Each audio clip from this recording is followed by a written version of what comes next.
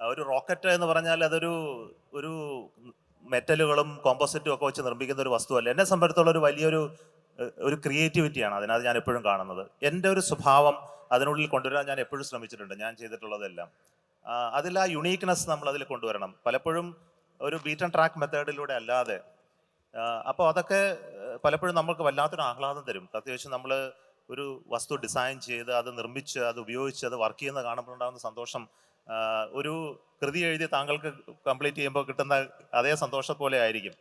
ഞാൻ എപ്പോഴും എല്ലാവരോടും പറയുന്നത് ഇതാണ്. ഞാൻ GSL Mark 3 എന്ന റോക്കറ്റിൽ 2002 പ്രോജക്റ്റിൽ വരുമ്പോൾ GSL Mark 3 ഒരു A4 പേപ്പറിലുള്ള ഒരു സ്കെച്ച് മാത്രമായിരുന്നു.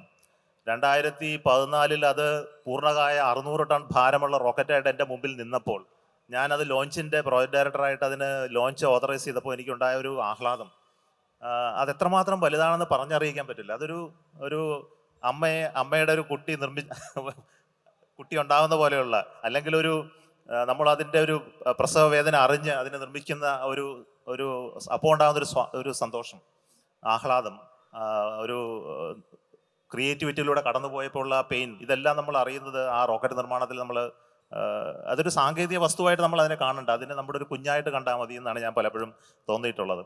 അപ്പോൾ അത്രമാത്രം അതിനോട് ഒരു താതാത്മ്യം പ്രാപിച്ചുകൊണ്ടാണ് ഞാൻ ആ മേഖലയിൽ പ്രവർത്തിക്കുന്നത്.